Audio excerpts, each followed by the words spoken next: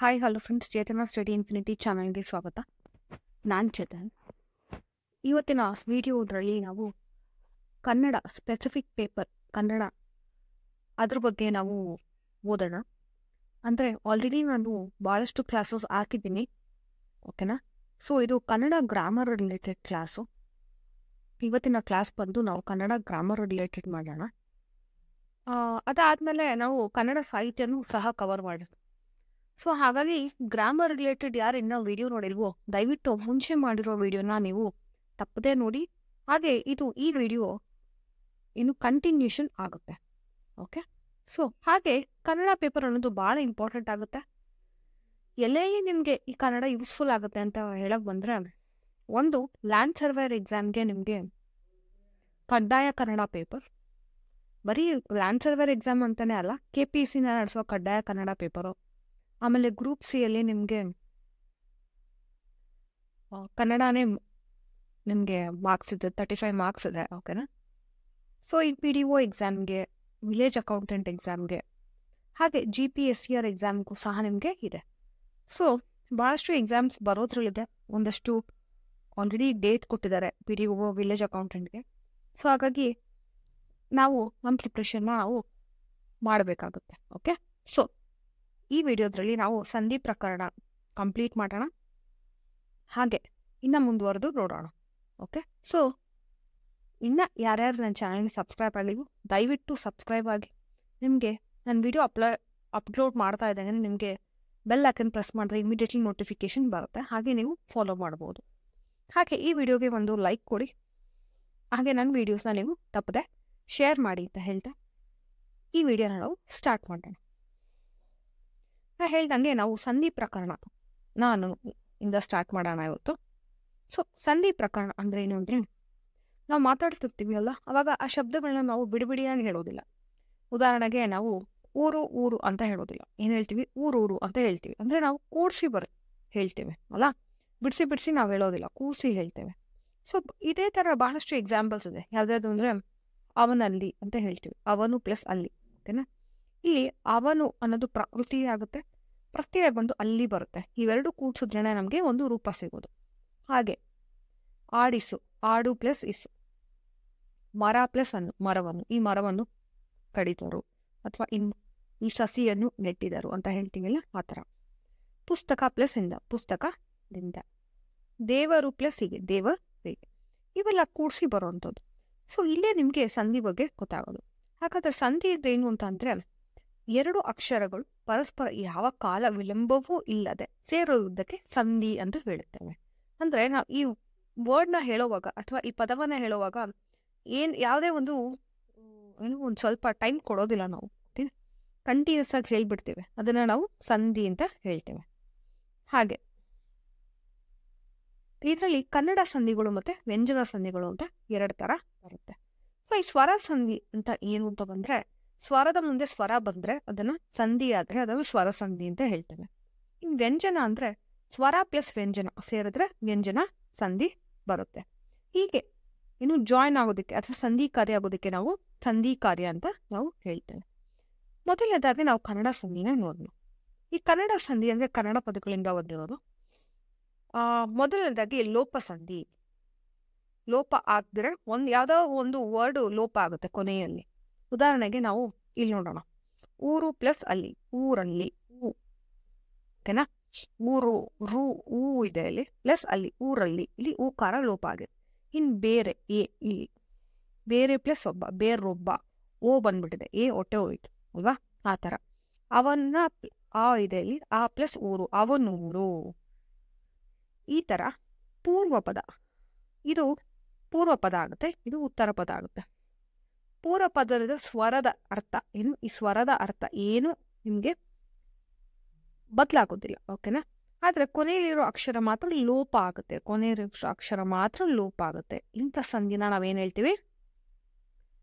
ನಾವು ಲೋಪ ಸಂಧಿ ಅಂತ ನಾವು ಹೇಳೋದು. ಹಾಗಾದರೆ ನೆಕ್ಸ್ಟ್ ಆಗಮ ಸಂಧಿ ಅಂದರೆ ಏನು ಅಂದರೆ, ಆಗಮ ಅಂದರೆ ಏನು, ಹೊಸದಾಗಿ ಏನಾದರೂ ಸೇರುತ್ತೆ. ಅಂದರೆ ಸ್ವರದ ಮುಂದೆ ಸ್ವರ ಬರುತ್ತೆ ಅಲ್ಲ, ಒಂದು ಸ್ವರ ಲೋಪ ಆಗುತ್ತೆ. ಆ ಲೋಪ ಆದಾಗ ಅದರ ಅರ್ಥ ಕೆಡಬಾರದು ಅಂತ ಯಾವುದಾದ್ರೂ ಒಂದು ಅಕ್ಷರ ಬರುತ್ತೆ, ಓಕೆನಾ. ಉದಾಹರಣೆಗೆ ಯಾ ಬರ್ಬೋದು ಅಥವಾ ವಾ ಬರ್ಬೋದು. ಅದನ್ನ ನಾವು ಆಗಮ ಸಂಧಿ ಅಂತ ಹೇಳ್ತೇವೆ. ಇನ್ನ ನಾವು ಬೈಫರ್ಕೇಟ್ ಮಾಡ್ಬೇಕು ಅಂತಂದ್ರೆ ಯಕಾರಾಗಮ ಸಂಧಿ ಅಂದ್ರೆ ಯಾ ಬಂದ್ರೆ ಅದನ್ನ ಯಕಾರಾಗಮ ಸಂಧಿ. ಅಂದ್ರೆ ಸ್ವರ ಅಂದ್ರೆ ಉತ್ತರ ಪದ, ಪೂರ್ವ ಪದದಲ್ಲಿ ಆ ಈ ಎ ಐ ಬಂದ್ರೆ ಎರಡೂ ಸ್ವರಗಳ ಮಧ್ಯೆ ಏನ್ ಬರುತ್ತೆ, ಯಕಾರಾಗಮ ಬರುತ್ತೆ. ಇವಾಗ ನೋಡಿ, ಕಾ ಪ್ಲಸ್ ಆದೆ, ಕಾ ಆಗುತ್ತೆ ಅಲ್ಲ, ಕಾಯದೆ ಅಂತ ನಾವು ಬರ್ಬೋದು. ಇಲ್ಲಿ ಯಾ ಬರುತ್ತೆ. ಗಿರಿ ಪ್ಲಸ್ ಅನ್ನು, ಗಿರಿಯನ್ನು. ಮೀ ಪ್ಲಸ್ ಅಲ್ಲು, ಮೀಯಲು. ಕೆರೆ ಪ್ಲಸ್ ಅನ್ನು, ಕೆರೆಯನ್ನು. ಇಲ್ಲಿ ನೋಡಿ ಆಗ್ ಬರುತ್ತೆ. ಈಗ ನೆಕ್ಸ್ಟ್ ಮೇ ಪ್ಲಸ್ ಇಸು, ಮೇ ಇಸು. ಮೇ ಎ ಬರುತ್ತೆ ಇಲ್ಲಿ, ಓಕೆನಾ. ಇಲ್ಲಿ ಎ ಮೇ ಪ್ಲಸ್ ಎ, ಓಕೆನಾ. ಇಲ್ಲಿ ಇ ಬರುತ್ತೆ, ಹಾಗಾಗಿ ಮೇ ಈಸು, ಈ ಆಯಿತು. ಮೈ ಪ್ಲಸ್ ಅನ್ನು, ಮೈಯನ್ನು. ಇದು ಯಕಾರಾಗಮ ಆಗುತ್ತೆ. ಅದೇ ತರ ವಕಾರಾಗಮನು ಬರುತ್ತೆ. ಹಾಗಾದ್ರೆ ಯಕಾರಾಗಮಗೆ ಆ ಇ ಎ ಐ ಬರುತ್ತೆ, ವಕಾರಾಗಮಗೆ ಉ ರು ಓ ಬರುತ್ತೆ, ಓಕೆನಾ. ಮಾಡು ಪ್ಲಸ್ ಅನ್ನು, ಮಾಡುವನ್ನು. ಪ್ಲಸ್ ದ, ಹೂವಿಂದ. ಪಿತೃ ಪ್ಲಸ್ ಅನ್ನು, ಪಿತೃವನ್ನು. ಗೋ ಪ್ಲಸ್ ಅನ್ನು, ಗೋವನ್ನು. ಓಕೆ, ಇದು ವಕಾರಾಗಮ ಆಗುತ್ತೆ. ಬಹಳಷ್ಟು ಎಕ್ಸಾಂಪಲ್ ಇದೆ, ಇನ್ನೊಂದಷ್ಟು. ಒಲ ಪ್ಲಸ್ ಅನ್ನು, ಒಲವನ್ನು. ಮನ ಪ್ಲಸ್ ಅನ್ನು, ಮನವನ್ನು. ಅದೇ ತರ ಆ ಪ್ಲಸ್ ಉಂಗುರ, ಆ ಉಂಗುರ. ಆ ಪ್ಲಸ್ ಊಟ, ಆ ಊಟ. ಆ ಪ್ಲಸ್ ಒಂಟೆ, ಆ ಒಂಟೆ. ಆ ಪ್ಲಸ್ ಓಟ, ಆ ಓಟ. ಇವೆಲ್ಲ ವಕಾರಾಗಮ ಸಂಧಿಗೆ ಆಗುತ್ತೆ. ಓಕೆ, ಇವೆಲ್ಲ ಎಕ್ಸಾಂಪಲ್ಸು. ಗೋವು ಪ್ಲಸ್ ಅನ್ನು, ಗೋವನ್ನು. ನೋ ಪ್ಲಸ್ ಅಲ್ಲೂ, ನೋಯಲು. ಹಾಗಾದ್ರೆ ಆಗಮ ಸಂಧಿಯಲ್ಲಿ ಎರಡು ತರ, ಯಾ ಮತ್ತೆ ವಾ ಬರುತ್ತೆ, ಯಾ ಮತ್ತೆ ವಾ ಬರುತ್ತೆ. ಇದಾದ್ಮೇಲೆ ಇನ್ನು ಆದೇಶ. ಇಲ್ಲಿ ಏನು ಸಂಧಿ ಹೋಗುವಾಗ ಏನಾಗುತ್ತೆ ಅಂದ್ರೆ ಆ ಅಕ್ಷರ ಬಂದು ನಮ್ಗೆ ಇನ್ನ ಒಂದು ಹೊಸದ ಅಕ್ಷರನೇ ಬಂದ್ಬಿಡುತ್ತೆ, ಅಂದ್ರೆ ವ್ಯಂಜನ ಬಂದ್ಬಿಡುತ್ತೆ, ಆದೇಶ ಆಗುತ್ತೆ ಅಂತ ನಾವು ಹೇಳೋದು. ಅಂದ್ರೆ ಏನು, ಉತ್ತರ ಪದ ಅಂದ್ರೆ ನೋಡಿ, ಇಲ್ಲಿ ಮಳೆ ಪ್ಲಸ್ ಕಾಲ. ಇಲ್ಲಿ ಉತ್ತರ ಪದದಲ್ಲಿ ಕಾ ಇದ್ರೆ ನಿಮ್ಗೆ ಅದೇ ವ್ಯಂಜನ ಕಕ್ಕ ಗಗ್ಗನ ಬರುತ್ತೆ ಅಲ್ಲ, ಮೂರನೇ ಅಕ್ಷರ. ಇದು ಮೊದಲನೇ ಅಕ್ಷರ ಆದ್ರೆ ಇದು ಮೂರನೇ ಅಕ್ಷರ ಗಾ ಬರುತ್ತೆ. ಅದೇ ತರ ತತ್ತದನ ದಾ ಬರುತ್ತೆ.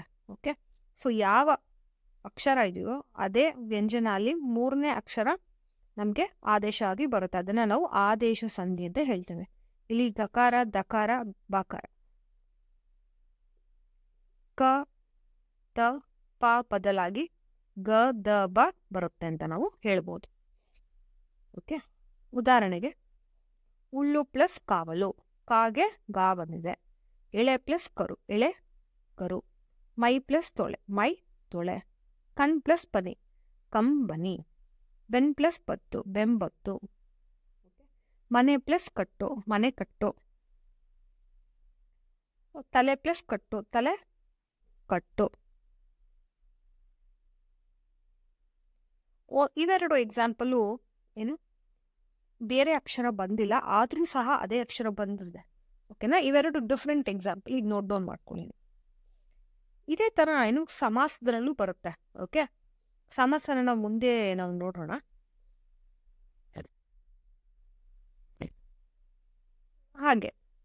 ಹಾಗಾದ್ರೆ ನಾವು ಲೋಪ ಸಂಧಿ ನೋಡಿದ್ವಿ, ಆಗಮ ಸಂಧಿ ನೋಡಿದ್ವಿ, ಆದೇಶ ನೋಡಿದ್ವಿ, ಆದೇಶ ಸಂಧಿ ನೋಡಿದ್ವಿ. ಈ ನಾಲ್ಕನೇ ತರದ್ ಬಂದು ಏನು ಪ್ರಕೃತಿ ಭಾವ ಅಂತ. ಪ್ರಕೃತಿ ಭಾವ ಅಂದ್ರೆ ಸ್ವರದ ಮುಂದೆ ಸ್ವರ ಬಂದರೂ ಸಹ ಎರಡೂ ಸ್ವರನೇ, ಆದ್ರೆ ಏನೂ ಲೋಪ ಆಗಲ್ಲ. ಅದನ್ನ ಪ್ರಕೃತಿ ಭಾವ ಅಂತ ನಾವು ಹೇಳೋದು. ಅಂದ್ರೆ ಆಹಾಹಾ ಪ್ಲಸ್ ಎಷ್ಟು ಚೆನ್ನಾಗಿದೆ, ಅಯ್ಯೋ ಪ್ಲಸ್ ಇದೇನು.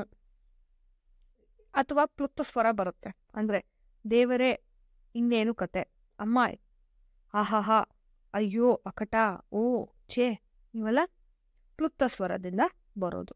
ಓಕೆನಾ. ಇನ್ನ ಒಂದಷ್ಟು ಎಕ್ಸಾಂಪಲ್ ಬಂದು ಆ ಪ್ಲಸ್ ಆ ಅಂಗಡಿ, ಆ ಐಶ್ವರ್ಯ, ಆ ಆಕಳು, ಆ ಔದರ್ಯ. ಇವೆಲ್ಲ ಪ್ಲುಪ್ತ ಪ್ರಕೃತಿ ಭಾವಗೆ ಸಂಧಿಗೆ ಎಕ್ಸಾಂಪಲ್ ಆಗುತ್ತೆ.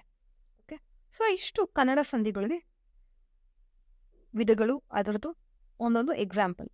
ಇನ್ನು ಸಂಸ್ಕೃತ ಸಂಧಿಗೆ ಬಂದ್ರೆ ಮೊದಲನೇದಾಗಿ ಬಂದು ಇಲ್ಲಿ ಏನು ಸ್ವರ ಸಂಧಿ ಮತ್ತೆ ವ್ಯಂಜನ ಸಂಧಿ ಅಂತ ಬರುತ್ತೆ.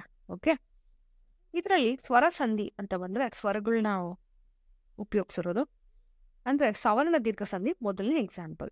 ಸವರ್ಣ ದೀರ್ಘ ಅಂತ ಏನು ಅಂದ್ರೆ ಏನಾಗುತ್ತೆ ಅಂದರೆ ಒಂದು ಸ್ವರ ಇದ್ದಾಗ ಅದೇ ಪೂರ್ವ ಪದದಲ್ಲಿ ಕೊನೆ ಅಕ್ಷರ ಇರುತ್ತಲ್ಲ ಅದೇ ಸ್ವರ ದೀರ್ಘ ಆಗಿ ಬರುತ್ತೆ. ಏನು ನಮಗೆ ಕೊನೆ ಪದದಲ್ಲಿ ಅದನ್ನು ಸವರ್ಣ ದೀರ್ಘ ಅಂತ ನಾವು ಹೇಳೋದು. ದೇವ ಪ್ಲಸ್ ಅಸುರ, ದೇವಾಸುರ. ಮಹಾ ಪ್ಲಸ್ ಆತ್ಮ, ಮಹಾತ್ಮ. ಕವಿ ಪ್ಲಸ್ ಇಂದ್ರ, ಕವೀಂದ್ರ. ಗಿರಿ ಪ್ಲಸ್ ಈಶ, ಗಿರೀಶ. ಲಕ್ಷ್ಮೀ ಪ್ಲಸ್ ಈಶ, ಲಕ್ಷ್ಮೀಶ. ಗುರು ಪ್ಲಸ್ ಉಪದೇಶ, ಗುರೂಪದೇಶ. ನೋಡಿ ಇಲ್ಲಿ ಹೂ ಇರೋದು ಹೂ ಆಯ್ತು. ಏನು ಏನು ಚೇಂಜಸ್ ಆಗಿಲ್ಲ, ಬರೀ ದೀರ್ಘ ಆಗಿದೆ. ಅದನ್ನು ಸವರ್ಣ ದೀರ್ಘ ಸಂಧಿ ಅಂತ ಹೇಳೋದು. ಅದೇ ರೀತಿ ಗುಣಸಂಧಿ ಅಂತ ಇದೆ. ಈ ಗುಣಸಂಧಿಯಲ್ಲಿ ಏನು ಅಂದರೆ ಆ ಇದ್ರೆ ಏನು ಆ ಕಾರ್ಯಗಳಿಗೆ ಈ ಕಾರ ಇದ್ರೆ ಆಗೆ ಈ ಇದ್ರೆ ಎ ಬರುತ್ತೆ. ಆ ಮತ್ತೆ ಈ ಇದ್ರೆ ಎ ಬರುತ್ತೆ. ಆ ಮತ್ತೆ ಉ ಇದ್ರೆ ಓ ಬರುತ್ತೆ. ಆ ಮತ್ತೆ ರು ಇದ್ರೆ ಅರ್ ಬರುತ್ತೆ. ಹಾಗಾಗಿ ಏನು ಎ ಓ ಅರ್ ಬಂದ್ರೆ ಅದರ ಗುಣಸಂಧಿ ಅಂತ ನಾವು ಹೇಳ್ಬೋದು. ಎಕ್ಸಾಂಪಲ್ ಸುರ ಪ್ಲಸ್ ಇಂದ್ರ, ಸುರೇಂದ್ರ. ಮಹಾ ಪ್ಲಸ್ ಈಶ್ವರ, ಮಹೇಶ್ವರ. ಚಂದ್ರ ಪ್ಲಸ್ ಉದಯ, ಚಂದ್ರೋದಯ. ಇಲ್ಲಿ ಆ ಚಂದ್ರ ಆ ಉ, ಚಂದ್ರೋ ಬಂದಿದೆ, ಓ ಬಂದಿದೆ. ಏಕ ಪ್ಲಸ್ ಉನ, ಏಕೋನ. ದೇವ ಪ್ಲಸ್ ಋಷಿ, ದೇವರ್ಷಿ. ಮಹಾ ಪ್ಲಸ್ ಋಷಿ, ಮಹರ್ಷಿ. ಓಕೆನಾ? ಸೊ ಅರ್ ಬಂದಾಗೆಲ್ಲ ನಾವು ಗುಣಸಂಧಿ ಅಂತ ನಾವು ಹೇಳ್ಬೋದು. ಇನ್ನು ವೃದ್ಧಿ ಸಂಧಿ. ಇಲ್ಲಿ ವೃದ್ಧಿ ಸಂಧಿಗೆ ಏನು ಬರುತ್ತೆ ಅಂದರೆ ಆ ಮತ್ತೆ ಎ ಬಂದರೆ ಐ ಬರುತ್ತೆ. ಹಾಗೆ ಆ ಮತ್ತೆ ಓ ಬಂದರೆ ಅವು ಬರುತ್ತೆ. ಓಕೆನಾ? ಇಲ್ಲಿ ಎರಡು ಥರ. ಉದಾಹರಣೆಗೆ ಲೋಕ ಪ್ಲಸ್ ಏಕವೀರ, ಲೋಕೈಕ ವೀರ. ಜನ ಪ್ಲಸ್ ಐಕ್ಯ, ಜನೈಕ್ಯ. ವಿದ್ಯಾ ಪ್ಲಸ್ ಐಶ್ವರ್ಯ, ವಿದ್ಯೈಶ್ವರ್ಯ, ಐ ಬರುತ್ತೆ.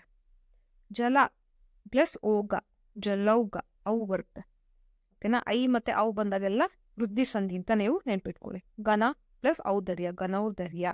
ಮಹಾ ಪ್ಲಸ್ ಔದರ್ಯ, ಮಹಾ ಔದರ್ಯ, ಅವು ಬರುತ್ತೆ. ಓಕೆ, ಇದು ವೃದ್ಧಿ ಸಂಧಿ ಬಗ್ಗೆ. ಇನ್ನು ಎಣ್ ಸಂಧಿ. ಎಣ್ ಸಂಧಿಗೆ ನಾವು ಏನು ಹೇಳ್ಬೋದು ಅಂತ ಅಂದರೆ ಏನಾಗುತ್ತೆ ಅಂದರೆ ಈ ಕಾರಕ್ಕೆ ಏನು ಯಾಕಾರ ಬರುತ್ತೆ, ಊಗೆ ವಾ ಬರುತ್ತೆ, ಓಕೆನಾ? ಗೆ ರಾ ಬರುತ್ತೆ. ಯಾ ವಾ ರ, ಯಾ ವಾ ರ ಬಂದ್ರೆ ಅದನ್ನ ಎಣ್ ಸಂಧಿ ಅಂತ ನಾವು ಹೇಳ್ಬೋದು. ಉದಾಹರಣೆ ನೋಡಿ, ಇಲ್ಲಿ ಅತಿ ಪ್ಲಸ್ ಅವಸರ, ಈ ಇದೆ. ಇಲ್ಲಿ ಆ ಬಂದಿದೆ. ಅತ್ಯ, ಯಾ ಅಕ್ಷರ ಬಂದಿದೆ. ನೆಕ್ಸ್ಟ್ ಗುರು, ಊ ಬಂದಿದೆ. ಇಲ್ಲಿ ಆ ಬಂದಿದೆ. ಅವಾಗ ನಮಗೆ ಗುರುವಾಗ್ನೆ, ವಾ ಬಂದಿದೆ. ವಧು, ಊ. ಅನ್ವೇಷಣ, ವಧ್ವನ್ವೇಷಣೆ, ಇಲ್ಲಿ ವಾ ಬಂದಿದೆ. ಪಿತೃ, ರು ಬಂದಿದೆ. ಹಾಗೆ ಅರ್ಥ, ಪಿತೃರ್ಥ. ಹಾಗಾಗಿ ಇದು ಪೂರ್ವ ಪದದಲ್ಲಿ ಏನು ಬರುತ್ತೋ ನಿಮಗೆ ಸ್ವರ, ನಮಗೆ ಏನು ಅಲ್ಲಿ ಆ ಮತ್ತೆ ಆ ನಮಗೆ ಏನು ಉತ್ತರ ಪದದಲ್ಲಿ ಬಂದಿದ್ರೆ ನಿಮಗೆ ಏನು ಬರುತ್ತೆ ಆನ್ಸರಲ್ಲಿ ಅಂತಂದರೆ ಯಾ ಮತ್ತು ವಾ ಬರುತ್ತೆ. ಓಕೆ, ಸೊ ಇದು ಎಣ್ ಸಂಧಿ ಪ್ರಕಾರ. ಹಾಗಾಗಿ ನಾವು 4 ನೋಡಿದ್ವಿ ಸ್ವರ ಸಂಧಿಯಲ್ಲಿ. ಸವರ್ಣ ದೀರ್ಘ ಸಂಧಿ ಮೊದಲನೇದು ನಾವು ನೋಡಿದ್ದು, ಗುಣಸಂಧಿ, ವೃದ್ಧಿ ಸಂಧಿ ಮತ್ತು ಎಣ್ ಸಂಧಿ. ಇಷ್ಟು ಸ್ವರ ಸಂಧಿ, ಯಾವುದರಲ್ಲಿ ಸಂಸ್ಕೃತ ಸಂಧಿಯಲ್ಲಿ ಎಕ್ಸಾಂಪಲ್ಸು. ಇನ್ನು ವ್ಯಂಜನ ಸಂಧಿಗೆ ಬಂದರೆ ಸಂಸ್ಕೃತ ವ್ಯಂಜನ ಸಂಧಿ, ವ್ಯಂಜನದಿಂದ ಆಗಿರೋದು. ಮೊದಲನೇದು ಜಶ್ವ ಸಂಧಿ. ಜಶ್ವ ಸಂಧಿ ಅಂದರೆ ಕಾ ಇದ್ರೆ ಗಾ ಬರುತ್ತೆ. ಓಕೆ, ಅದೇ ಥರ ಅದು ಏನು ಜ ಗ ಡ ದ ಪ ವ್ಯಂಜನ ಇದ್ರೆ ಕಚಟಪ ವ್ಯಂಜನ ಅಕ್ಷರಗಳು ಬರುತ್ತೆ. ಅಂದರೆ ಕಾ ಇದ್ರೆ ಏನು ಬರುತ್ತೆ, ಗಾ ಬರುತ್ತೆ. ಹಾಗೆ ನಮ್ಗೆ ಇನ್ನೊಂದು ಏನು ಅಂದರೆ ಏನು ಇದು ಬರುತ್ತೆ, ಇನ್ನು ಒತ್ತಕ್ಷರ ಬರುತ್ತೆ. ವಾಕ್ ಪ್ಲಸ್ ದೇವಿ, ವಾಗ್ದೇವಿ. ದಿಕ್ ಪ್ಲಸ್ ದಿಗಂತ, ದಿಗಂತ. ಅಚ್ ಪ್ಲಸ್ ಅಂತ, ಅಜಂತ. ಅಚ್ ಪ್ಲಸ್ ಆದಿ, ಅಜಾದಿ. ಪಟ್ ಪ್ಲಸ್ ಆನನ, ಷಟ್ ಪ್ಲಸ್ ಆನನ, ಷಡಾನನ. ಸತ್ ಪ್ಲಸ್ ಉದ್ದೇಶ, ಸದುದ್ದೇಶ. ಚಿತ್ ಪ್ಲಸ್ ಆನಂದ, ಚಿದಾನಂದ. ಅಪ್ ಪ್ಲಸ್ ದಿ, ಅಬ್ದಿ. ದಿಕ್ ಪ್ಲಸ್ ಚಕ್ರ. ಹಾಗೆ ವಾಕ್ ಪ್ಲಸ್ ದಿ, ವಾಕ್ಪತಿ. ಓಕೆ, ಇದರಲ್ಲಿ ನೀವೇನು ಗಮನಿಸ್ಬೇಕು ಅಂತಂದರೆ ವಾಕ್ ಪ್ಲಸ್ ಪತಿ, ವಾಕ್ಪತಿ. ಇಲ್ಲಿ ನಮಗೆ 3ನೇ ಅಕ್ಷರ ಆದೇಶ ಆಗಿಲ್ಲ. ಓಕೆ, ಅದನ್ನು ನೆನ್ಪಿಟ್ಕೊಳ್ಳಿ. ಆದರೂ ಇದನ್ನು ಜಶ್ವ ಸಂಧಿ ಅಂತ ನಾವು ಹೇಳ್ತೇವೆ. ಇದು ಶುತ್ವ ಸಂಧಿ. ಶುತ್ವ ಸಂಧಿಗೆ ಏನು ಸಾ ಇದ್ರೆ ನಿಮಗೆ ಶಾ ಬರುತ್ತೆ. ಹಾಗೆ ಸಾ ಇದ್ರೆ ಚಾನು ಬರುತ್ತೆ. ತಾ ಇದ್ರೆ ಚಾ ಬರುತ್ತೆ. ತಾ ಇದ್ರೆ ಜಾ ಬರುತ್ತೆ. ಓಕೆ, ಸೊ ನಾವೇನು ಹೇಳ್ಬೋದು ಅಂತ ಅಂದರೆ ಛ ಛ ಜ ನ್ಯ ನ್ಯ ಬಂದರೆ ಏನು ಚು ಅನ್ನೋ ಶಬ್ದ ಬರುತ್ತೆ, ಸಂಜ್ಞೆ ಬರುತ್ತೆ ಅಂತ ನಾವು ಹೇಳೋದು. ಅಂದರೆ ಪಯಸ್ ಪ್ಲಸ್ ಶಯನ, ಪಯಶಯನ. ಛ ಶ್ ಅಂತ ಬರುತ್ತೆ ಅಲ್ಲ ಈ ಅಕ್ಷರ, ಓಕೆನಾ, ಇದನ್ನ ಶುತ್ವ ಸಂಧಿ ಅಂತ ನಾವು ಹೇಳೋದು. ಮನಸ್ ಪ್ಲಸ್ ಚಂಚಲ, ಮನಶ್ಚಂಚಲ. ಶರತ್ ಪ್ಲಸ್ ಚಂದ್ರ, ಶರತ್ ಚಂದ್ರ. ಜಗತ್ ಪ್ಲಸ್ ಜ್ಯೋತಿ, ಜಗತ್ ಜ್ಯೋತಿ. ಓಕೆ, ಇನ್ನ ಒಂದಷ್ಟು ಎಕ್ಸಾಂಪಲ್: ಮನಶ್ಚಾತಪ, ಯಶಸ್ ಶಯ್ಯರ, ಚಲಚಿತ್ರ, ಬೃಹತ್ ಜ್ಯೋತಿ, ಮನಃಶಾಂತಿ. ಇಲ್ಲಿ ನೋಡಿ, ಈ ಥರ ಒತ್ತಕ್ಷರಗಳು ಬಂದ್ಬಿಡುತ್ತೆ. ಅದೇ ಐಡೆಂಟಿಫಿಕೇಶನ್ ನಿಮಗೆ ಶುತ್ವ ಸಂಧಿಗೆ. ಇನ್ನು ಅನುನಾಸಿಕ ಸಂಧಿ. ಅನುನಾಸಿಕ ಸಂಧಿ ಬಂದು ಅನುನಾಸಿಕ ಅಕ್ಷರಗಳನ್ನ ಯೂಸ್ ಮಾಡ್ಕೊಳ್ಳುತ್ತೆ. ಅಂದರೆ ದಿಕ್ ಪ್ಲಸ್ ನಾಗ, ದಿಂಗ್ ನಾಗ. ಷಟ್ ಪ್ಲಸ್ ಮಾಸ, ಷಣ್ಮಾಸ. ಚಿತ್ ಪ್ಲಸ್ ಮಯ, ಚಿನ್ಮಯ. ಓಕೆ, ಅದೇ ಥರ ವಾನ್ಮೂಲ, ತನ್ಮಯ, ಚಿನ್ಮಯ, ಸನ್ಮಯ ಇವೆಲ್ಲ ನಿಮಗೆ ಅನುನಾಸಿಕ ಸಂಧಿಯಲ್ಲಿ ಬರುತ್ತೆ. ಹಾಗಾಗಿ ಸ್ವರ ಸಂಧಿಯಲ್ಲಿ 4 ಬಂದರೆ ನಿಮಗೆ ವ್ಯಂಜನ ಸಂಧಿಯಲ್ಲಿ ನಿಮಗೆ 3 ಬರುತ್ತೆ. ಯಾವ್ದ್ಯಾವುದು ಅಂತ ಬಂದರೆ, ಒಂದು ಜಶ್ವ ಸಂಧಿ, ಇನ್ನೊಂದು ಶುತ್ವ ಸಂಧಿ, ಮತ್ತು ಇನ್ನೊಂದು ಅನುನಾಸಿಕ ಸಂಧಿ. ಸೊ ಹಾಗಾಗಿ ಇಷ್ಟು ಏನು ಸಂಧಿಗಳ ಬಗ್ಗೆ ನಾನು ಭಾಳ ಬ್ರೀಫಾಗಿ ಹೇಳಿದ್ದೀನಿ ಎಕ್ಸಾಮ್ ಪಾಯಿಂಟ್ ಆಫ್ ವ್ಯೂ ಇಂದ. ಓಕೆ, ನಿಮಗೆ exam previous year questions paper solve ಮಾಡಿದಾಗ ಇನ್ನೊಂದಷ್ಟು ಚೆನ್ನಾಗಿ ಎಕ್ಸಾಂಪಲ್ಸ್ ಗೊತ್ತಾಗುತ್ತೆ ಯಾವ ಥರ ಕೇಳ್ತಾರೆ ಅಂತ. ನಿಮಗೆ ಏನು ಮಾಡ್ಬೋದು ಅಂದರೆ, ಉತ್ತರ ಪದ ಪೂರ್ವ ಪದ ಕೊಟ್ಟು ಏನು ಆನ್ಸರ್ ಬರ್ಬೋದು ಅಂತ ಕೇಳ್ಬೋದು. ಅಥವಾ ನಿಮಗೆ ಈ ಕಡೆ ಆನ್ಸರ್ ಕೊಟ್ಟು ಪೂರ್ವ ಪದ ಉತ್ತರ ಪದ ಕೂಡಿಸಿ ಬಿಡಿಸಿ ಬರೆದ್ರೆ ಏನು ಅಂತಲೂ ಕೇಳ್ಬೋದು. ಓಕೆನಾ? ಸೊ ಹಾಗೆ ನಿಮಗೆ ಯಾವ ಸಂಧಿ ಅಂತ ಸಹ ಕೇಳ್ತಾರೆ. ಸೊ ಇಷ್ಟು ನಿಮಗೆ ಸಂಧಿಗಳ ಬಗ್ಗೆ ನಾವೊಂದು 15-16 ನಿಮಿಷದಲ್ಲಿ ನಾವು ಸಂಧಿಗಳ ಬಗ್ಗೆ ನಾವು ಎಂಟೈರ್ ರಿವಿಷನ್ನೇ ಕಂಪ್ಲೀಟ್ ಮಾಡ್ದಂಗೆ ಆಯ್ತು. ಓಕೆ, ಸೊ ಇನ್ನು ಮುಂದಿನ ವಿಡಿಯೋದಲ್ಲಿ ಇನ್ನೊಂದಷ್ಟು ಕನ್ನಡ ಗ್ರಾಮರ್ ನಾವು ನೋಡೋಣ. ಈ ವಿಡಿಯೋ ನಿಮಗೆ ಇಷ್ಟ ಆಗಿದೆ ದಯವಿಟ್ಟು ಒಂದು ಲೈಕ್ ಕೊಡಿ. ಹಾಗೆ ತಪ್ಪದೇ ನನ್ನ ವಿಡಿಯೋಗೆ ನೀವು ಸಬ್ಸ್ಕ್ರೈಬ್ ಆಗಿ, ನನ್ನ ಚಾನಲ್ಗೆ ನೀವು ಸಬ್ಸ್ಕ್ರೈಬ್ ಆಗಿ, ಹಾಗೆ ನನ್ನ ವೀಡಿಯೋಸ್ನ ನೀವು ಶೇರ್ ಮಾಡಿ. ಸೊ ಮುಂದಿನ ವಿಡಿಯೋದಲ್ಲಿ ನಾವು ಭೇಟಿಯಾಗೋಣ. ಅಲ್ಲಿವರೆಗೂ ಟೇಕ್ ಕೇರ್, ಬಾಯ್.